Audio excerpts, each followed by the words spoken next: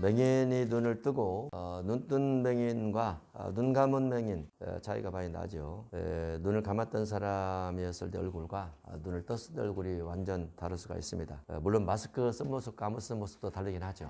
맹인을 바라보고 유대인들은 너 맹인 맞냐? 과거에 맹인이었어? 라고 재차 또 확인하면서 맹인은 본인이 맞다라고 말을 하더라도 그들이 믿어주지 않으니까 답답하죠.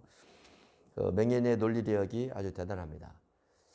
최소한 자기 자신을 항변할 수 있고 자기 자신이 맹인이었다는 것에 대해서 명확하게 말할 수 있고 나를 고친 이가 예수 그리스도라는 것을 명확하게 대답할 수 있는 신앙의 간증자로 명확하게 본문 속에 자리 잡고 있습니다.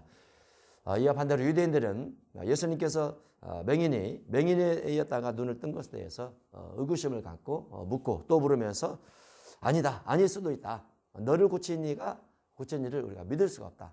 라는 부분을 끊임없이 말을 하면서 언쟁을 합니다. 예수님은 그들의 논쟁 가운데 잠시 피해 있는 듯 하지만은 결국은 맹인에게 내가 너를 고쳤다라고 말씀하시고 확실하게 하나님 아들임을 증명해 보이시죠. 우리가 예수 그리스도를 평화 시대는 잘 믿고 갑니다. 환난과 궁핍이 다가오고 비파하게 다가올 때도 우리가 예수 그리스도에 대한 믿음을 명확하게 간직하고 있을까? 그게 이제 본문 속에 있는 핵심이에요. 왜냐하면 맹인에게 그들이 너를 고친 이가 잘못됐다라고 말을 하고 네가 정말 맹인으로 있었던 것이 맞느냐라고 확인을 하고 맹인의 어머니에게도 또 재차 맞습니까? 라고 물으면서 예수 그리스도를 시인하는 사람은 출교시킬 것이다. 그때 당시의 신앙은 국가적이었죠. 종교와 국가가 일치가 될 수 있는 그와 같은 환경이었는데 전체 유대교 사회 속에서 출교시킨다라는 것은 어마어마한 충격이고 소외죠. 그러나 그 속에서도 믿음을 지켜내면서 나를 고친 이가 예수님이 맞다라고 고백하는 그런 본문이 내용이 되겠습니다. 유대인들이 예수님의 치유 사역에 대해서 여러 가지 이유를 제기하는 것 중에 하나는 안식일입니다. 안식일만 법인 건 아니죠. 구약에 여러 가지 법들이 있어요. 십계명의 1계명부터 해서 십계명까지 성전법에 대해서 할례제도에 대해서 안식일에 대해서 먹는 음식 제도에 대해서 제사장들의 옷에 대해서 또 기도하는 방법에 대해서 여러 가지 법들이 있는데 그 법들 가운데서 안식일에 예수님께서 병든 자를 고쳤다라고 말이죠. 평일에 고치지 왜 안식일에 고쳤느냐? 평일에도 얼마든지 일할 수 있지 않느냐? 유대인들은 안식일을 중심해서 안식일을 다루고 있는 거죠. 예수님은 안식일도 안식일이지만 사람을 중심해서 안식일을 다루고 있는 것이고 이게 이제 그런 차이가 됩니다. 물론 하나님께서 인류 역사를 이끌어 오실 때에 아담 시대와 노아 시대 그리고 아브라함, 이삭, 야곱 시대에 각각 다르게 사람들을 이끌어왔다는 것들을 유대인들이 명확하게 인식을 했더라면 좋았을 것을 그때 당시의 유대 사회 속에는 안식일이라는 날짜적 개념이 구약 율법에 가장 큰 어떤 위치를 점하게 되고 그 안식일을 기준으로 권력, 권위 그리고 국민들을 통제했던 한 부분들이 있다 보니까 그들은 안식일이라는 날짜적 개념이 너무너무 중요했던 거죠. 예수님의 관점에서는 안식일이라는 날짜적 개념보다도 사람을 위하고 사람을 생각하고 사람에게 배려하는 이와 같은 것들이 훨씬 더 중요하다. 이런 관점에서 안식일을 다루다 보니까 그들과 충돌이 있게 되는 겁니다. 원칙과 비원칙, 원칙과 그 다음에 유동성, 융통성 이런 것 사이에 차이성을 잘 인식을 해서 우리가 신앙생활도 사회생활도 해야 됩니다. 물론 원칙이 다 있죠. 원칙이 중요합니다. 원칙이 중요한데 그 원칙을 적용함에 있어서 약한 자들에 대한 배려 또 죄를 짓게 된 원인과 배경 이와 같은 것들을 잘 살펴서 사람을 살리고 회복시키는 쪽으로 가는 것이 성경적 법이다 이렇게 볼 수가 있습니다. 자, 본문을 강론하도록 합니다. 요한복음 9장 14절 예수께서 진흙을 이겨 눈을 뜨게 하신 날은 안식일이라. 안식일 제도가 있죠. 지금도 안식일을 중심해서 똑같은 성경을 보는데 어떤 사람은 구약을 중심해서 성경을 보고 어떤 사람은 신약 중심해서 성경을 봅니다. 대부분 이단들은 안식일 중심해서 이단이 굉장히 많습니다. 그들도 우리와 성경 같아요. 다만 성경 같은데 성경을 해석하는 방법이 어디에 치우쳤느냐에 따라서 그도 이단이 되고 정통이 되고 이렇게 또 구별을 하게 되죠. 구약을 중심해서는 안식일 제도가 상당히 큽니다. 그러니까 안식일만큼은 아니죠. 거기를 부각시키니까 그렇지 할례 제도도 원래 큽니다. 구약으로 보면은 또 이제 유대인들은 선민 이 사상이 아주 크죠. 우리는 선민이다. 선민. 지금도 여전히 그 선민의 의식을 가지고 있죠.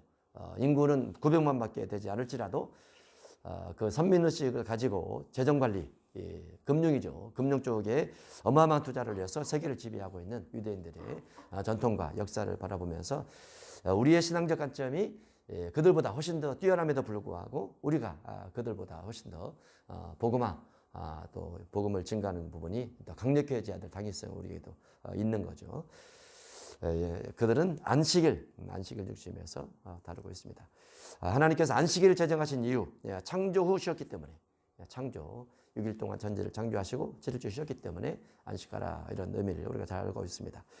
두 번째로 신명기 5장에 보면은 출애굽하고 출애굽한 것을 기념해서 안식하라. 이건 이제 우리에게도 적용이 되죠. 믿지 않다가 믿게 되었으면 출애굽한 것과 같습니다. 안 믿다가 믿게 되었으면 이것이 애굽으로부터 또는 사단으로부터 또는 세상으로부터 하나님의 나라를 소망하는 자로 옮겨져 왔다. 그래서 우리가 안식일을 지켜야 된다라는 의미를 부여한다면 신약에도 그래서 우리가 예수 믿는 사람이 주일을 지켜야 된다 이런 의미를 부여하게 되죠. 또 구약이지만 신약에 기록된 히브리 사장에 보면은 안식에 들어가기 위한 준비 이것이 땅에서 안식의 일들입니다. 땅에서 안식일을 지키면 영원한 안식에 들어갈 수 있는 예표를 우리가 성취해 가는 것이다 이렇게 말하고 있죠. 그래서 우리가 주일을 지키는 것은 어떤 상황에서도 어쨌든 주일을 지키죠. 그래서 이런 안식의 목적들을 성취해 가는 것이죠.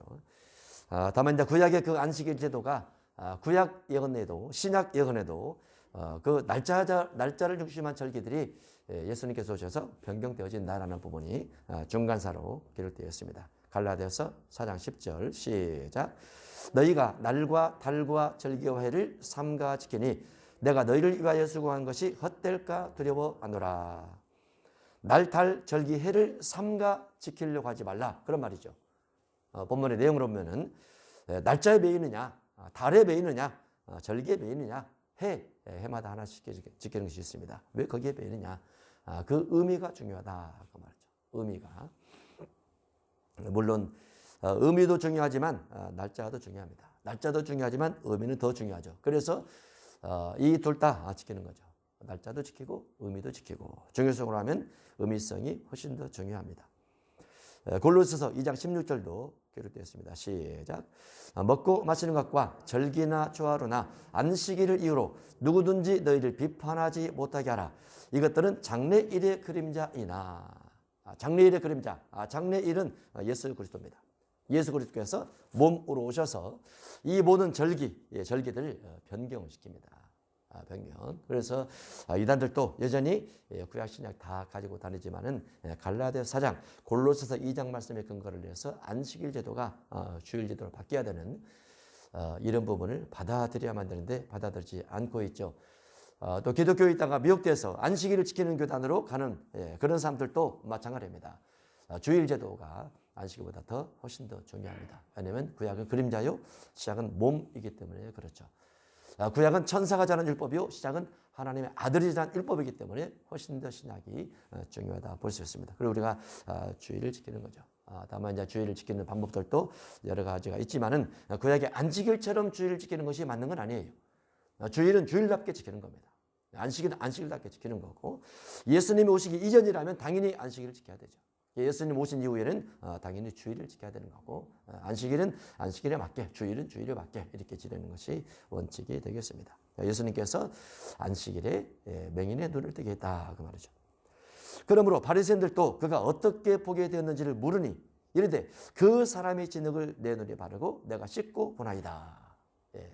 맹인이 예수님께서 자기 눈에 진흙을 바르고 실로암 마을에 가서 씻으라 해서 씻었더니 내가 밝게 보게 되었다라고 자기 간증을 하고 있습니다.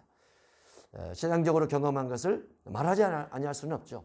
누구든지 우리가 기도 가운데에서 또는 꿈 가운데에서 또는 응답 가운데에서 뭔가를 경험한 것을 말하고 싶어집니다. 당연하죠. 경험됐으니까. 개인의 경험이 다 모아지면 아주 많죠. 신앙은 기독교 신앙은 체험 신앙입니다.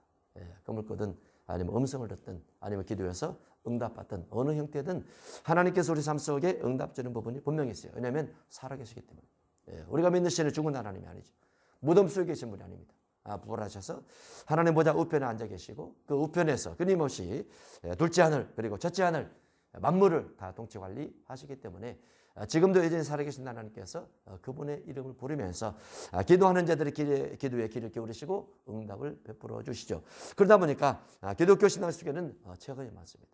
체험이 많죠. 그리고 그 간증은 당연히 할 수 있는 것이죠.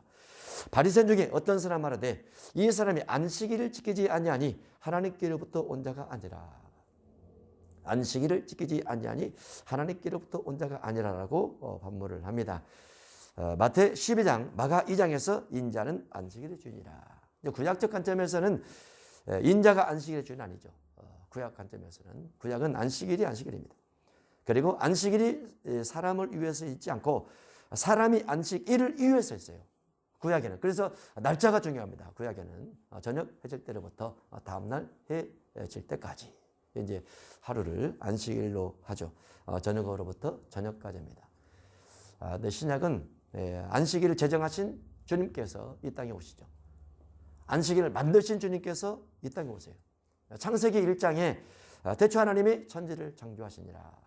1장 3절에 빛이 있으라 하심에 빛이 있었고 그 다음에 두 번째 날 하늘의 공창에 바다의 물 가운데 공창이 있어 공창을 나누시죠.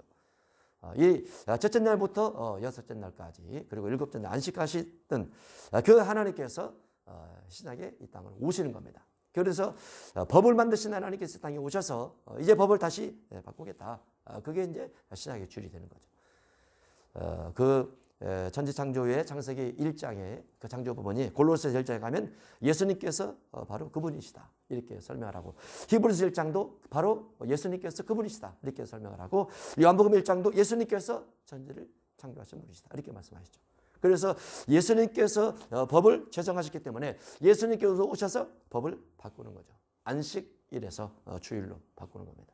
예수님이 친히 주일날 부활하시고 주일날 성령을 보내시고 주일날 저녁에 신방하시고 다 이렇게 하셨죠. 그래서 이제 유대인들이 생각하는 것처럼 안식일을 지키지 아니하니 하나님께로부터 온 자가 아니라 이 부분은 성경을 몰라도 너무나 모르는 자들이다 이렇게 볼 수가 있죠. 어떤 사람 말하되 죄인으로서 어떻게 이러한 표적을 행하겠느냐. 맹인의 눈을 죄인이 뜨게 할 수 있다고? 불가능하지. 죄인은 맹인의 눈을 뜨게 할 수 없지. 하나님께서 보내셨기 때문에 하나님의 사람이기 때문에 하나님께서 보낸 선지자이기 때문에 예수님께서 맹인의 눈을 뜨게 했다고 말이죠. 그러니까 우리가 믿는 예수 그리스도, 우리가 부르는 예수 그리스도는 명확하게 우리 삶 속에 개입하셔서 우리의 삶의 문제를 풀어줄 수 있는 분이죠. 왜냐하면 그분은 존재하시기 때문에 살아계시기 때문에. 그래서 신명기 18장에 만일 선지자가 있어 여호와의 이름으로 말을 했는데 증언도 없고 성취함도 없으면 가짜다. 거짓 선지자죠. 말한 대로 이루어지지 않으면 잘못된 거죠. 그런데 예수님은 말한 대로 다 이루시는 분이죠. 거짓말도 없으시고 병이든 귀신이든 죽은 자든 무엇이든지 예수님께서 입에서 나온 모든 말들은 다 성취력이 있습니다. 그게 증거라고 말이죠. 그게 하나님의 증거요. 하나님의 아들의 증거요. 선지자의 증거가 되는 것이죠. 네. 그래서 예수님께서 이와 같은 표적을 행하시면 그가 하나님의 아들이 맞다고 말이죠. 이에 맹인 되었던 자에게 다시 묻되 그 사람이 네 눈을 뜨게 하였으니 너는 그를 어떠한 사람이라 생각하느냐? 네 눈을 뜨게 한 그분은 누구냐? 맹인이 대답하기를 선지자입니다. 선지자. 선지자는 민수기 12장에 보면 하나님의 뜻을 전달받는 자입니다. 정확하게 전달받죠. 전달받는 과정이 꿈이냐 아니면 환상이냐 아니면 직접 대화하느냐 이런 차이가 있을 뿐 선지자는 하나님의 뜻을 전달하는데 예수님은 명확하게 병을 고침으로 하나님의 뜻을 전달시켰죠. 유대인들이 그가 맹인으로 있다가 보게 된 것을 믿지 아니하고 맹인으로 있다가 보게 된 것을 믿지 아니하고 그 부모를 불러 묻되 이는 너희 말에 맹인으로 났다 하는 네 아들 맞냐? 어떻게 해서 보게 되었느냐? 라고 어머니에게 묻습니다. 유대인들은 맹인으로 있다가 보게 된 것을 믿지 않는 거죠. 본인이 경험하지 않은 것은 안 믿습니다. 눈으로 봐도 안 믿죠. 이게 신기한 거예요. 성경 속에는 하나님의 말씀을 눈으로 보고 귀로 들어도 도무지 믿음이 생기지 아니하고 도무지 이해가 되지 않는다. 이런 사람이 있어요. 우리가 이사야 6장 이하에 보면은 그런 내용이 있습니다.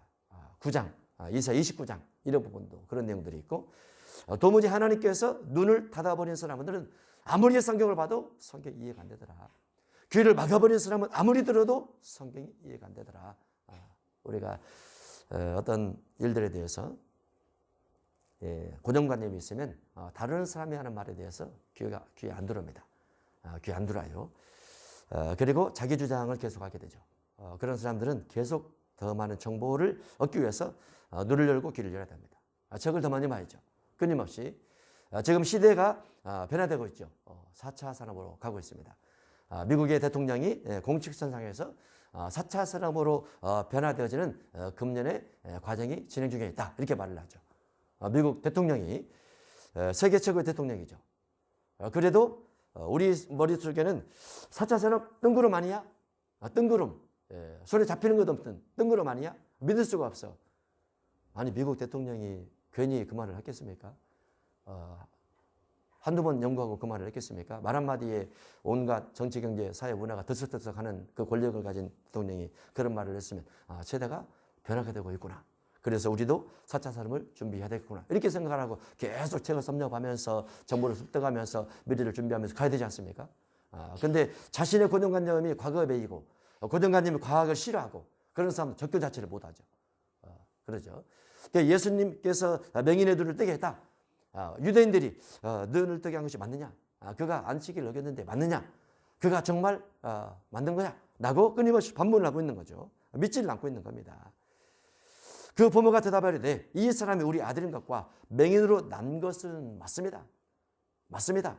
그러나 지금 어떻게 해서 보는지 또는 누가 그 눈을 뜨게 했는지 우리는 알지 못합니다. 그에게 본인에게 물어보세요. 그 부모가 이렇게 말한 것은 이미 유대인들이 누구든지 예수를 그리스도로 시인하는 사람은 출교하기로 결의하였으므로 교회에서 쫓아내기로 결의하였으므로 유대 사회에서 소외시키기로 결의하였으므로 이단시한다 그 말이죠. 이단시한다. 그들을 무서워하며라. 그러므로 부모가 말하기를 그가 장상했으니 그에게 물어보소서 하였더라. 이렇게 대답을 하고 있는 거죠.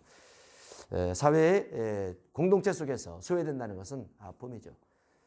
예수님 당시에 예수님의 신앙과 유대인들의 신앙이 충돌됐을 때 예수님의 신학과 바리새 사두개인들의 신앙이 충돌됐을 때 그 충돌 가운데서 그 시대에 무엇을 선택할 것인가는 중요하죠. 왜냐하면 예수님을 중심해서 말의 권능은 명확하게 되지만은 신학화되지 못했고 체계화되지 못했죠. 유대인들의 신학은 체계화와 전통을 가지고 있어요. 그리고 보편적이죠. 모든 사람들이 유대인, 바리새인, 사두개인들의 신앙에 다 하나 된 마음을 가지고 있었죠. 그리고 예수님은 아주 소수의 사람으로 그저 치유하고요. 말씀을 증거를 하는데 그 말씀이 그들이 생각하는 것과 다르더라고 말이죠. 자꾸 충돌을 일으키더라고 말이죠. 우리가 그 시대에 있었더라면 그 시대에 예수님을 중심해서 우리 신앙도 정립이 되었을까? 아니면 바리새 사두개인들의 신앙으로 우리 신앙이 따라간 것은 아니었을까? 만약에 바리새인들을 따라서 유대인들의 신앙에 따라갔다면 우리도 예수님을 죽이라고 가표투표를 하면서 예수님을 죽여야 된다. 이단이다. 라고 끊임없이 손짓하면서 외치진 않았을까? 이렇게 생각을 해보는 거죠. 우리의 신앙의 중심은 그래서 초대교회 당시 그리고 중세시대 그리고 근세 종말시대 신앙의 기준이 어디에 있느냐. 이거 굉장히 중요합니다. 우리 자신 스스로에게 끊임없이 물음을 던지면서 내 신앙의 중심은 어디 있나? 교회를 따라가나? 아니면 교단을 따라가나? 국가를 따라가나? 세계를 따라가나? 아니면 성경을 보고 있나? 성경 봐야죠. 항상. 그래야 그 시대에 우리도 예수님을 죽이기로 가편투표를 하지 않는 향유를 주게 부으면서 예수님이 맞습니다. 라고 말하고 있는 비록 눈을 뜨는 경험을 하지 못했다 할지라도 예수님께서 말씀하신 말씀이 100% 맞습니다. 라고 말할 수 있는 그 신앙의 정립 가운데 있었어요.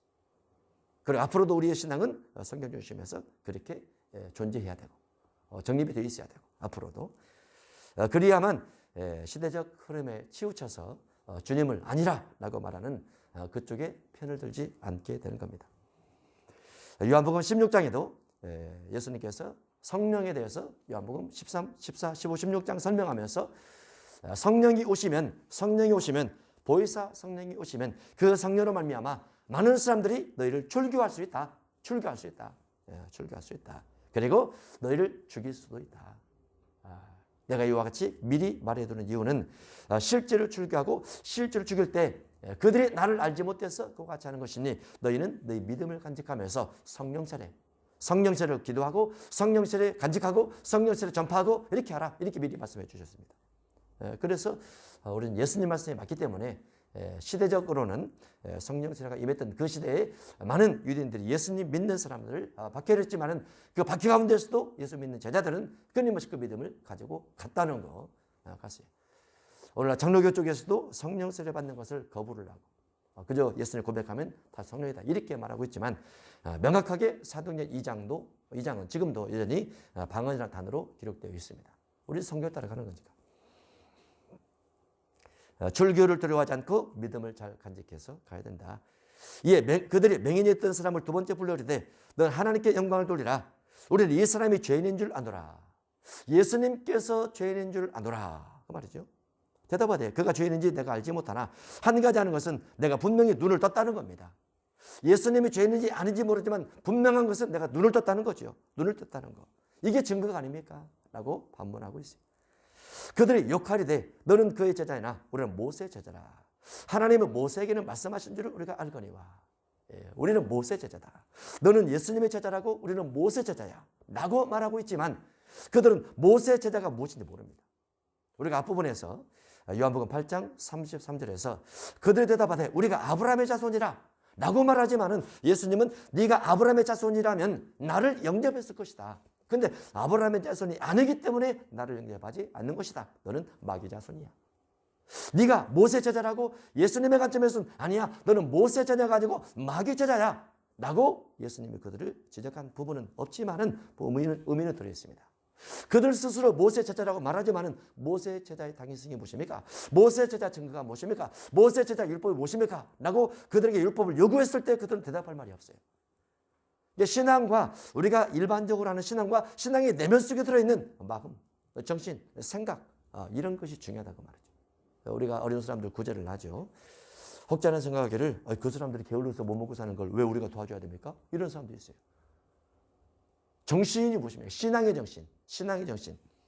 신앙의 정신은 나보다 약한 자를 돕는 거죠. 내가 죄인 됐을 때 주님이 나를 사랑해 줬다면 내 주변에 죄인이 있다 할지라도 내가 그를 용서해야 된다는 거죠. 내가 잘못한 사람이 있어도 내가 용서해야 된다는 거죠. 왜냐하면 내 스승께서, 내 주인께서, 내 신께서, 내 하나님께서 그렇게 했기 때문에 나도 그 길을 가는 거예요. 그게 제자의 길이죠. 그래 모세가 율법을 만들었어요. 줬어요. 모세 율법 정신이 무엇이냐? 모세 율법의 글자가 무엇이냐?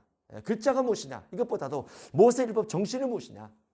모세 율법의 핵심은 혹 어떤 율법 교사가 예수님께 가서 묻죠.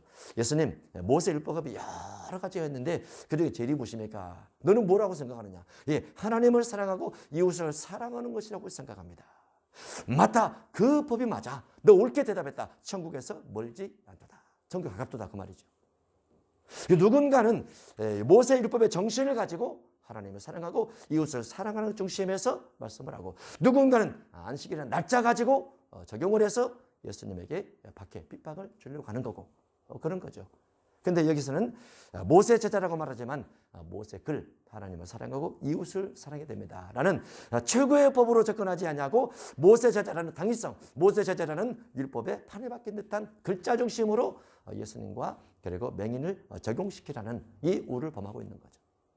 그래서 신앙생활의 형식과 틀이 있지만은 그 안에 들어있는 의미, 의도, 뜻 이런 것이 훨씬 더 중요하다고 말이죠. 신약에도 율법이 있지만 그 율법을 제가 자꾸 묶어서 그 율법은 여러 율법이 있지만 팔복도 율법이고 그 다음에 살인, 간음, 도둑질, 맹세 이것도 다 율법이지만 다 묶어서 사랑입니다 라고 말할 때 율법의 정신으로 가는 겁니다.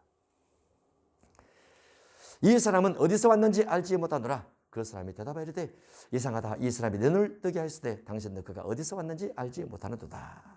신기하죠. 하나님이 죄인의 말을 듣지 아니하시고 경건하여 그 뜻대로 행하는 자의 말은 들으시는 줄 우리가 아나이다. 창세 이후로 맹인으로 단 자의 눈을 뜨게 했다함을 듣지 못하였으니 이 사람이 하나님께로부터 오지 아니했다면 아무 일도 할 수 없으리다. 이게 지금 맹인이 굉장히 논리를 펴서 말하고 있는 겁니다. 굉장히 말을 잘하는 거죠. 단순히 맹인이었다. 아무것도 볼 수 없었다. 아무것도 배운 것이 없었다. 그런 것이 아니고 하나님께서 그 마음에 감동을 줬는지 대답을 아주 잘합니다. 죄인이 어떻게 죄인의 눈을 뜨게 할 수 있는가? 맹인의 눈을 뜨게 했다면 이분이 경건하고 이분이 하나님 보는 신자가 아닙니까? 라는 부분의 당위성을 주장하고 있는데 말라기 3장에 보면은 예수님에 대한 예언이 뭐라고 되어 있습니까? 만군의 여호와가 이르노라 보라 내가 또 보라 또 너희가 구하는 바 주가 갑자기 그 성전에 임하시리니 곧 너희가 사모하는 바 언약의 사자가 임하실 것이라. 예수님은 하나님의 언약 가운데 가셨고 하나님의 언약 가운데 말씀을 선포하셨고 하나님의 언약 가운데서 질병 있는 사람을 치유하시고 약속대로 말씀대로 구약의 예언대로 아버지의 말씀대로 아버지 뜻대로 아버지로 예언되어진 구약에 예언되어진 모든 말씀을 가져다가 예수님에게 적용해서 예수님께서 말씀대로 살면서 구약의 예언처럼 병든 자를 치료했더라고 말이죠. 그래서 아버지께서 예수님의 말을 들으시고 맹인의 눈을 뜨게 했는데 당연한 거 아닙니까? 라는 거죠. 당연한 거 아닙니까? 말씀대로 사는 자의 경건의 기도를 들으신 하나님께서 일하시는 것이 맞지 않습니까? 그 말이죠. 예수님께서 언약의 사자로 오셔서 언약을 지키시고 언약을 선포하면서 병을 고치고 있는 거죠. 그들이 대답하리되 네가 온전히 죄 가운데서 나서 우리를 가르치느냐 하고 쫓아내버립니다. 맹인으로 난 것이 누구의 죄입니까? 예수님은 하나님이 하고자 할 일이었다. 이렇게 돼 있고 그들은 죄 가운데서 났다. 이렇게 해석했던 거죠. 해석이 차이가 납니다. 그들은 자기의 교만에 빠져 있는 겁니다. 자기 지식의 교만에 빠져 있는 거죠. 율법 지식의 교만에 빠져 있는 겁니다. 누가복음 11장 52절처럼 화 있을진저 너희 율법 교사여 너희가 지식의 열쇠를 가져가서 너희도 들어가지 않고 들어가고자 하는 자도 막았느니라. 지식의 열쇠를 가져가 버렸네. 지식 성경을 해석하는 방법을 가져가 버렸네. 자기들의 해석을 옳고 예수님의 해석은 옳지 않다고 생각을 하네 그 말이죠. 예수님의 해석이 옳죠. 예수님의 해석. 마태복음 23장 13절도 화 있을진저 외식하는 서기관들과 바리새인들이여 너희는 천국 문을 사람들 앞에서 닫아버렸어요. 그들의 지식에 닫아버린 겁니다. 예수께서 그들이 그 사람을 쫓아냈다는 말을 듣고 그를 만납니다. 만나서 예수님이 자신에 대해서 소개를 하죠. 그리고 그가 주님을 향해서 내가 믿나이다 라고 절하면서 고백을 합니다.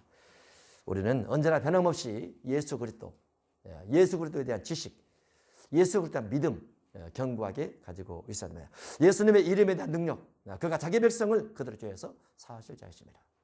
예수님의 부활의 권능, 너희가 내 이름으로 병든 자에게 술을 얹으지 나으리다. 너희가 내 이름으로 믿음으로 선포하면서 마귀를 대적하고 새 방언을 말하고 귀신을 쫓아내며 뱀을 집으며 무슨 독을 맞더라도 해를 받지 않으며 주님의 이름의 권세 우리에게 주께서 베풀어 주신 은혜입니다. 끊임없이 우리가 주님의 이름을 잘 소유하고 선포하면서 간절히 기도하여 하나님의 이적과 기적을 체험하는 교회 여러분들 되시기를 주 이름으로 축복합니다. 기도하겠습니다. 하나님 아버지, 우리에게도 예수님의 이름이 있습니다. 예수님께서 맹인의 눈을 뜨게 하시면서 많은 신학적 비난을 받고 안식일 비난을 받았지만 그래도 예수님 변함없이 하나님의 아들이십니다. 부활 승천하셔서 2000년 지났을지라도 여전히 예수님은 우리의 신이시고 우리의 능력이시며 우리 하나님 아들이십니다. 그분께서 우리에게 하나님의 아들 예수 그리스도 이름을 주심을 감사합니다. 우리도 예수님의 이름을 선포하면서 병든 자를 위해서 기도하고 약한 자를 위해서 기도하고 무지한 자를 위해서 기도하고 섬기고 사랑하고 나누면서 주님의 뜻을 이루어가는 주님의 참된 제자가 될 수 있도록 축복해 주옵소서. 예수님 이름으로 기도합나이다. 아멘.